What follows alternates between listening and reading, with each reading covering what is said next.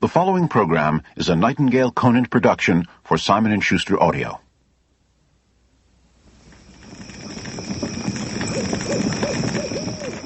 Even as I, Attila, King of Huns, will someday be succeeded in my reign, my reflections and memories will be sweet only if I feel I have prepared the nation for that inevitable moment. And if I have prepared you well, you will continue to be a nation of united tribes who seek to improve life for the Huns. For loyalty should not be solely placed in a man, no matter his personal magnetism. Loyalty of the Huns should have balance in the commitment of all to serve as a unified nation of Huns, without hesitation, no matter who reigns over you. Continuity of leadership in organizations has been a critical maxim providing stability for effective societies throughout the age of man. With a wealth of humor and good sense, Leadership Secrets of Attila the Hun dispenses this and other principles that are as essential in business and management today as they were during the 5th century reign of Attila, King of Huns.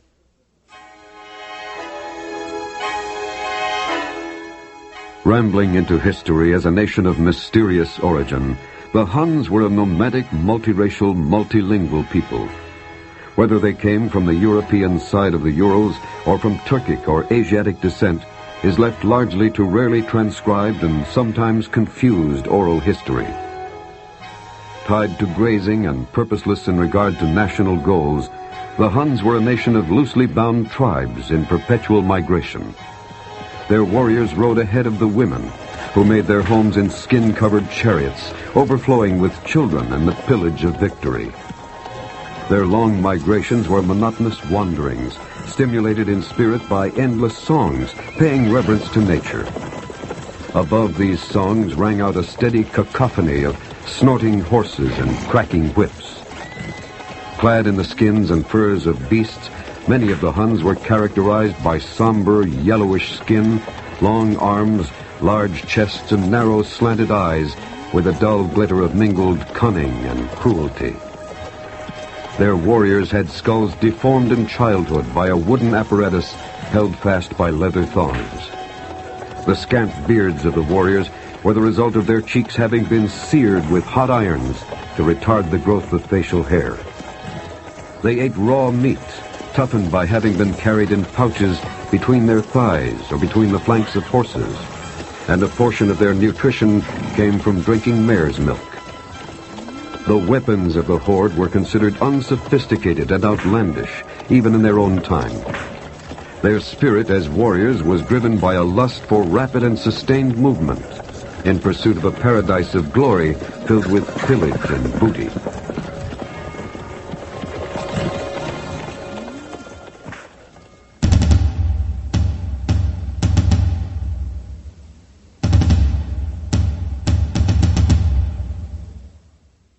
Leadership Secrets of Attila the Hun, an imaginative and inspiring metaphor for leading in modern times by Dr. Wes Roberts.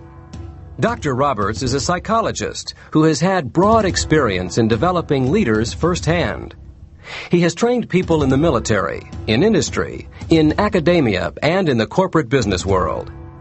10 years in the making, Leadership Secrets of Attila the Hun is set on the stage of history long since past, and features a notorious leading character who brings forth visions of a barbaric, ugly little tyrant leading an undisciplined horde on a wild and ruthless pillage of the tranquil European countryside. But such is not the case. In a bold departure from more traditional leadership models, Dr. Roberts dramatically portrays Attila as a leader of awesome stature, governing by example and exercising a stern discipline tempered by wisdom. He overcame insurmountable odds in forging the fiercely independent Hunnish tribes into a strong confederacy that prevailed against all other nations of their time. A wise chieftain knows he is responsible for the welfare of his Huns and acts accordingly. A chieftain can never be in charge if he rides in the rear. To the civilized world, they were barbarians, not far removed from wild animals in both appearance and lifestyle. The mere presence of their horde often instilled so much terror in the people of a region that they abandoned their villages with neither resistance nor subsequent reprisal. Out of this perplexing and barbaric past rose one of the most formidable leaders the world has known. Attila, King of Huns. Born in a chariot somewhere on the plains of the Danube, Attila was the son of King Munzuk and could trace his ancestry some 32 generations. His was the family that had maintained the integrity of the horde's bloodline and distinct Mongol characteristics.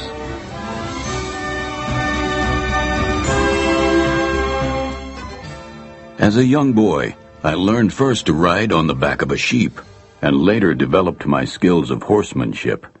I also became an expert in the use of the bow, lance, lariat, sword, and whip. These were skills of tradition among my people, and dutiful talents for one who was to become of noble rank. Attila developed a strong sense of pride in his personal strength and had a great disdain for the weak. His pride of strength was often publicly displayed on adventurous hunting expeditions, where he captured wolves and bears in nets and then disemboweled them with a short dagger. His strong bond and special relationship with his father was prematurely shortened upon King Munzuk's death, while Attila was still a lad. Thereafter, he fell victim to the vicious mercies of his uncles, particularly Rugila, the successor to King Munzuk's throne.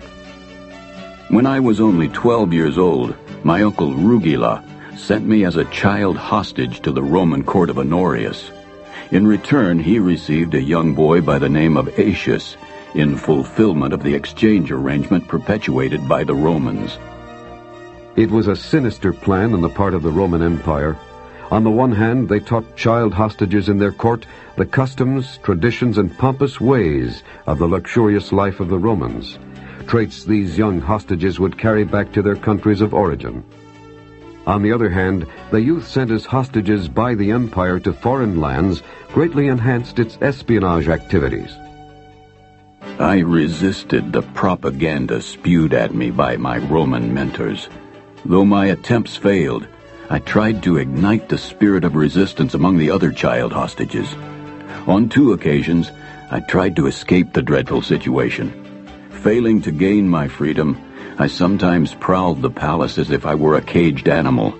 My hatred for the empire's policies and practices grew stronger day by day.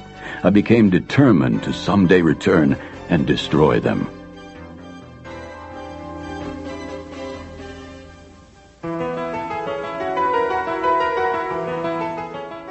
For the remainder of his captivity, Attila turned his attention to an intense study of the empire, while outwardly ceasing to struggle against his hostage status. He studied the Romans' domestic and foreign policies, and by secretly observing them in diplomatic conference, he gained a master's insight on the empire's military strengths and vulnerabilities. He learned about leadership, protocol, and other essentials suited to future rulers and diplomats. It was while in the Roman court that Attila conceived his strategy to rule the world. His plan was methodical and extraordinarily precise. It was anything but the plan of a blundering half-wit. While I endured my Roman captivity, my own uncle, King Rugila, was developing a strong bond with Aetius. He taught him our customs and traditions. He schooled him in the mastery of the horse and in the use of the weapons and tactics of the Huns. Little did it occur to me at the time that my own uncle was developing a master battlefield chieftain I would later encounter at the Battle of Chalons.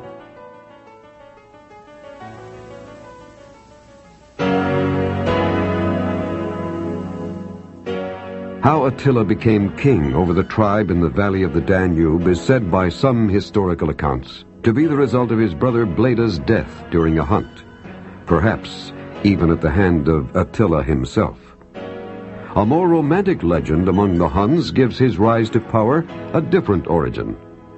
On Bleda's death, tribal chieftains gathered in mourning and were engaged in a fierce argument over who should become their king. Suddenly, a young boy ran into their midst, shouting that a flaming sword had just appeared in a nearby meadow where he was tending a small flock of sheep. Scurrying in haste to the meadow, the tribal chieftains watched in amazement as the flaming sword leaped into Attila's outstretched hand. It was a sword of such quality and craftsmanship that the chieftains assumed it must have been made by a deity. Surely it was an omen that the sword of God magically appeared among them and was placed by unknown powers into the hand of King Munzuk's favorite son. Attila was confirmed King of Huns. My first duty as king was to unite the various tribes and clans into a Hunnish nation, to give them purpose far greater and more appealing to their instincts and motives than they had ever envisioned before. This was not easily accomplished. I spent long days in front of my tent convincing tribal chieftains and leaders of our numerous clans that our future was brighter together as a confederacy of Huns than as mercenaries dependent upon the mercies of other nations to attend to our best interests.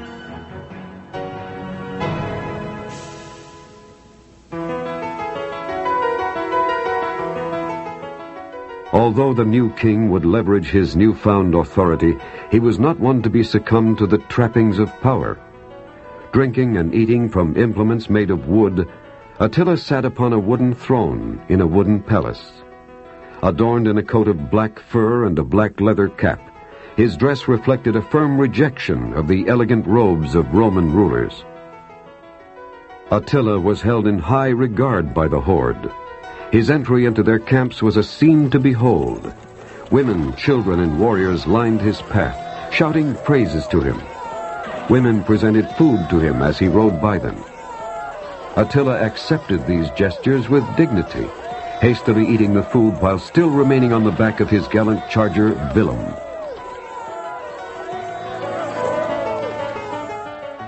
His rule as King of Huns was marked by swift yet considerate justice.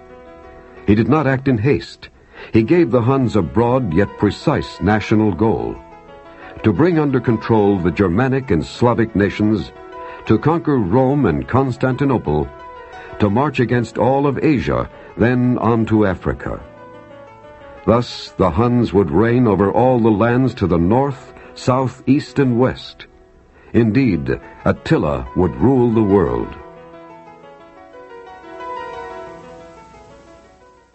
In Leadership Secrets of Attila the Hun, Wes Roberts creatively intermingles brief historical vignettes that provide a background for campfire lectures, the highlight of which are pithy maxims uttered by Attila to his chieftains, warriors, and Huns. We begin with Leadership Qualities, which addresses the need for a solid base of certain personal characteristics that leaders must possess before they can effectively perform their duties.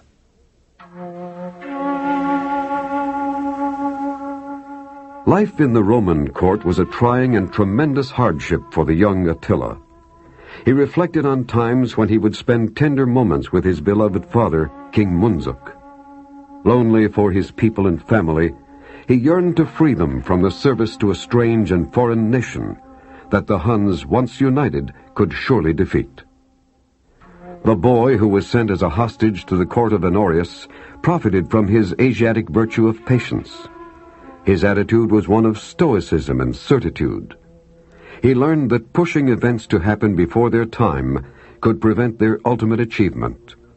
So he set out to develop the personal skills that would ensure his success when the time came for him to assume his reign as King of Huns.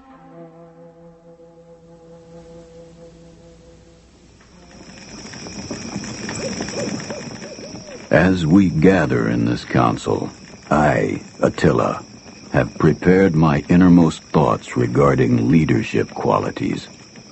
These thoughts I give to you so that you and your subordinates might be better prepared to lead our people. It is essential to the Hunnish nation that we have within our ranks leaders at every level who possess the skills and attitudes that will enable them to successfully carry out the responsibilities of their offices. There is no quick way to develop leaders. Huns must learn throughout their lives never to cease being students, never to be above gaining new insights or studying innovative procedures or methods, whatever the source. Our leaders must learn early in their service certain basic qualities and have opportunities to mature in them. And we must teach these qualities to our young warriors if they are to develop into able chieftains. These, then, are the essential qualities of leaders. Loyalty. Above all things, a Hun must be loyal. Disagreement is not necessarily disloyalty. A Hun who, in the best interest of the tribe, disagrees should be listened to. On the other hand, a Hun who actively participates in or encourages actions that are counter to the good of the tribe is disloyal. Courage. Chieftains who lead our Huns must have courage. Quite simply, the gallantry to accept the risks of being a chieftain. Desire.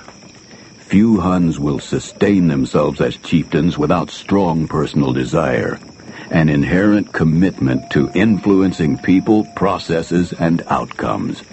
Weak is the chieftain who does not want to be one. Emotional stamina. The emotional strength to persist in the face of seemingly difficult circumstances. Physical stamina. Chieftains cannot lead from their bedside.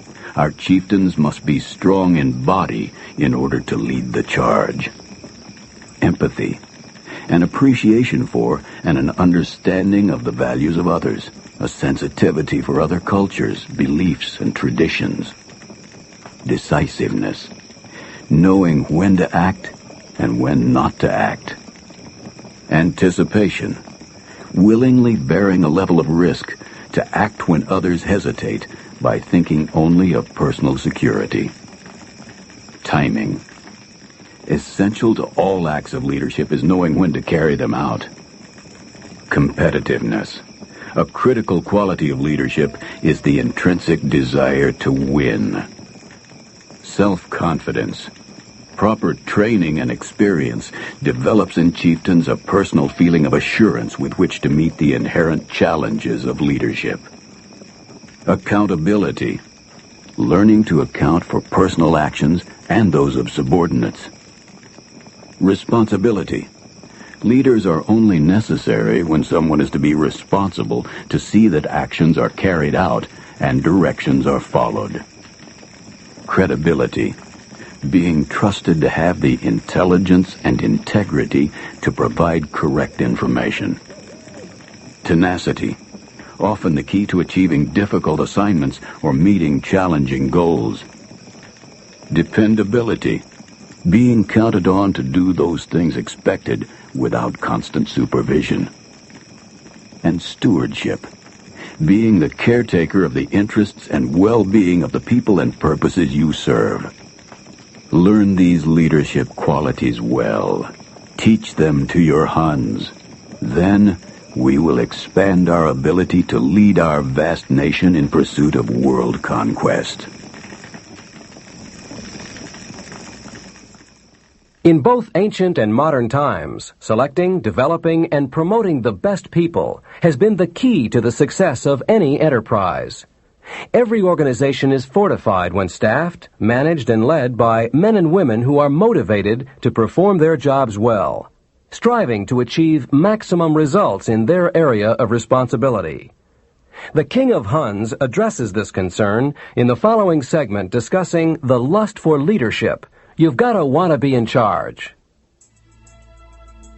When the moment came, Attila was ready. He took charge. He was prepared in every way to face the challenges and opposition he would encounter as king. But he would not be discouraged. He would not deviate from his objective. He was ready to take risks, ready to cause the Huns to excel through unity of action. His dogged perseverance and lust to assume a position of considerable responsibility had paid off. His destiny had arrived. Attila had become King of Huns. Committed leaders, those with a lust for leadership and a willingness to serve, are distinguished by their wisdom, sincerity, benevolence, authority, and courage. They have a human quality and a strong commitment to their cause and to those they serve. Now perhaps you Huns would ask how you might know if you have sufficient desire to be a chieftain. On this question, I offer these thoughts. Above all other traits, one who desires to lead must possess an intrinsic desire to achieve substantial personal recognition and be willing to earn it in all fairness. You must have resilience to overcome personal misfortunes, discouragement, rejection, and disappointment. You must be willing to make unrecognized and thankless personal sacrifice for those you serve and those you lead. Extraordinary energies and patience must be spent to develop subordinates and tend to the needs of those subordinates at times when your own needs go unfulfilled. You must be willing to bypass a festival in your own camp if a situation in another camp requires your presence and attention. You must be willing to accept the simple fact that you have flaws and will need to work every day to become a better chieftain than you were yesterday. Never accept an office of leadership over other Huns for which you are not willing to pay the tribute necessary for successful fulfillment of its incumbent obligations. Morale and discipline is an issue that remains critical to a leader's success in our era. In the camps of the Huns, life was spirited and the mood ranged from periods of great joy to times of deep sorrow. Victory brought about joy, the sounds of celebration and fleeting feelings of security.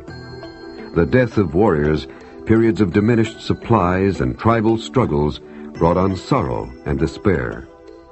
Hunnish morale and discipline was either very high or very low. Seldom, if ever, was theirs a life of status quo. Ambitious Huns could undermine the rule of weak chieftains and throw the camp into confusion. The absence of a national cause contributed to the mixed pattern of morale and discipline. Attila's task as king of Huns was to instill a new sense of morale and discipline that would provide unity in and among the barbaric tribes. Their greater destiny was served only by setting aside past individual customs of smaller, independent, and undisciplined bands of nomads. Peace in the camps would only result from a new spirit of nationalism. Attila's was not a simple chore.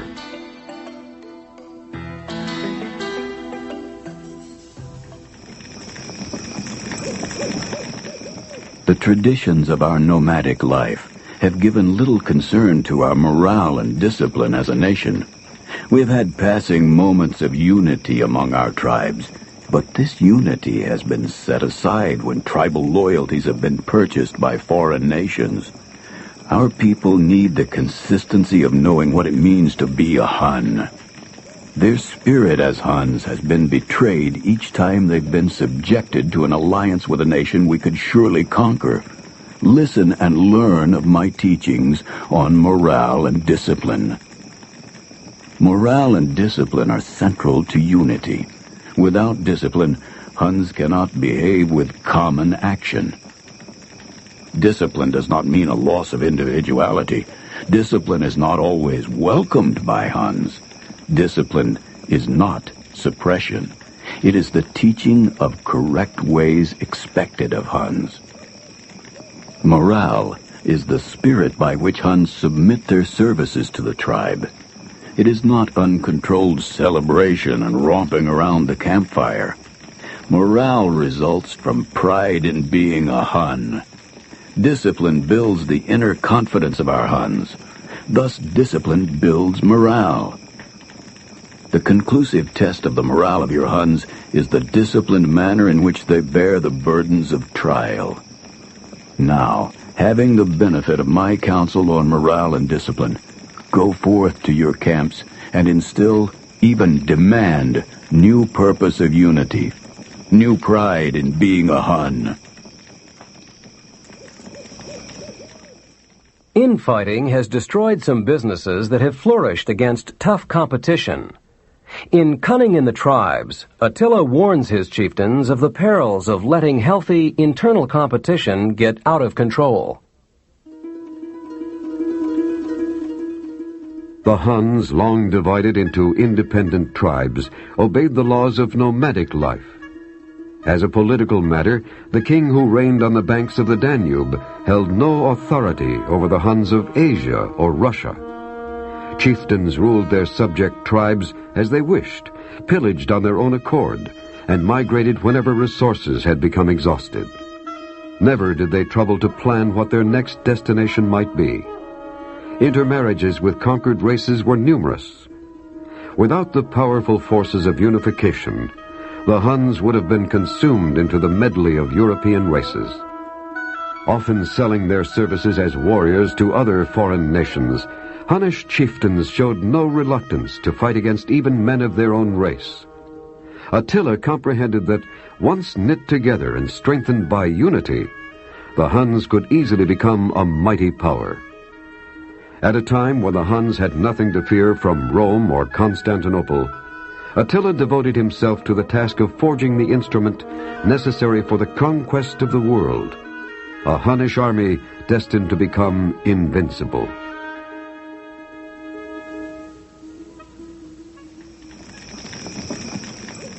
Among our tribes, we have suffered ills brought on by chieftains and Huns who prefer their own ambitions to those of the nation. These are clearly those who, openly or secretly, pledge their support to even the enemy, solely for personal gain. There are those among our own tribes who indulge in pointless bickering and other forms of rebellion against leaders. Their interests are served at the cost of loyalty to the tribe or nation. Now, if we are to become and remain the powerful nation that it lies within our potential to be, we must no longer think of ourselves as independent tribes or chieftains. Each Hun must make a contribution toward the unification that I, Attila, am bound by destiny to achieve. Beware of the treacherous Hun who pledges loyalty in public and then spreads discontent in private. Make every effort to identify and remove these traitors, be they chieftains or your best warriors. Be wise and anticipate the Brutus of your camp. Unfailing and ill-deserved loyalty to Brutus was fatally paid for by Caesar. Never expect your Huns to always be compatible, but expect their differences to be resolvable without the spread of discontent to other Huns. Be approachable. Listen to both good and bad news from your Huns. Otherwise, you will provide reason for murmurings. Be compatible to the policies of our nation and your tribe. Otherwise, you will seek devious ways to accomplish your own ambitions. Thus you will ultimately lose, no matter how bold or tenacious your efforts. Unity of our tribes into a strong and formidable nation can only be realized through loyalty to our cause and to those chieftains and your king who reign with responsibility over the destiny of our mighty horde. In paying and receiving deference, Attila speaks to the issue of recognizing the capabilities of others and how persons in positions of responsibility should be treated if you want to be more effective as a leader. The king of Huns considered himself to be above reproach of the masses. Therefore, his reputation was important to him and him alone. He knew who he was and what he could achieve. And he knew that his reputation was not as important to his feelings of self-worth as it was to influencing the outcome of battles and negotiations. Thus, Attila turned a nickname that in certain circles might have been considered unflattering into an advantage, and in doing so, gained riches for his treasury and brought tribute from untold thousands. As the story goes, a Gallic monk, provoked either by horror of Attila's ambition or by a taste for martyrdom, created a new title for him. The monk hailed Attila not as the king of Huns, but as the scourge of God. Attila, sensing the power this newly acquired title would yield on the battlefield and in negotiations, was quick to adopt it, for he knew this nickname would have the influence of an army of 100,000.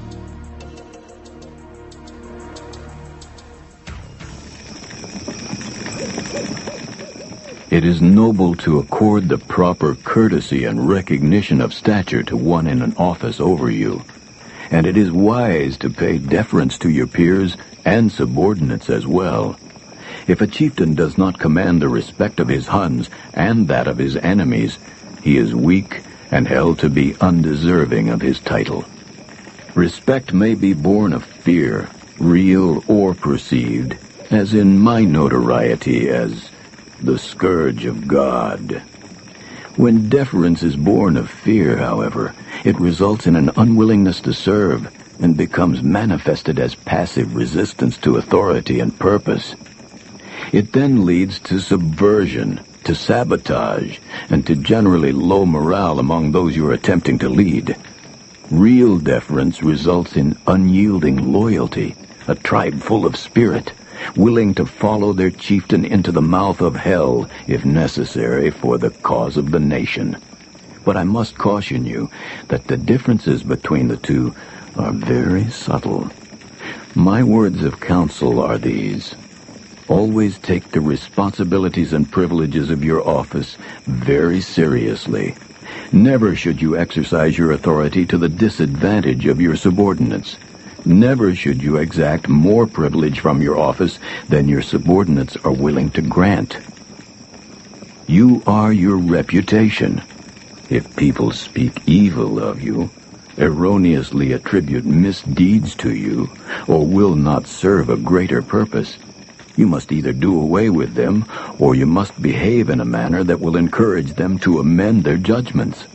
It isn't easy being the scourge of God, but it has its advantages in dealing with the enemy. Among my people, however, I want no such reputation, for if they perceived me as having such a wicked intent, I would not long be their king. Paying deference to your adversaries is essential. Once you fail to recognize their abilities, influence, and potential, they are able to gain advantage over you. The deference that attends any office of leadership is confirmed by custom, but it is modified by circumstance. What stands as privilege in the court or palace seldom has importance on the battlefields or in foreign territory. Be aware of where you are and whom you are with when exercising the privileges of your leadership position. With this counsel, I share with you chieftains the responsibility to see to it that each and every position of leadership is paid deference appropriate to its incumbent responsibilities, and that this deference is acceptable to those Huns whom we serve, and respected by our mutual adversaries, the Romans. One of the causes of executive derailment in today's business environment is the inability to get along with other people, both inside and outside of the organization. Attila speaks to this issue in Picking Your Enemies Wisely.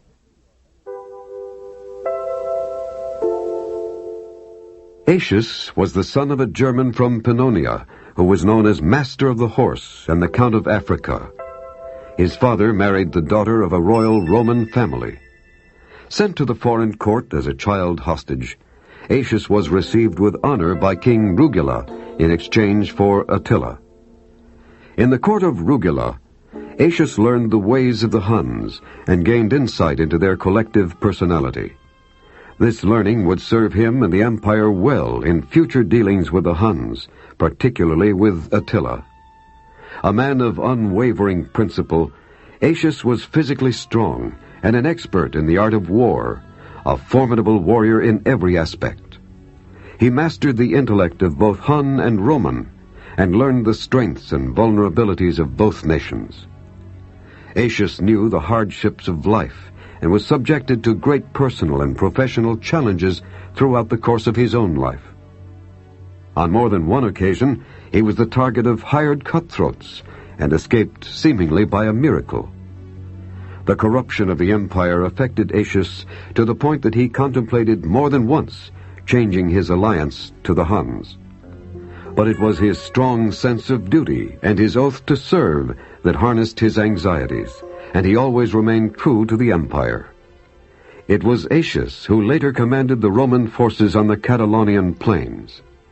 There he combined his mastery of the art of war with his knowledge of the battle order and tactics of the Huns to inflict the first and only defeat ever suffered by Attila's army.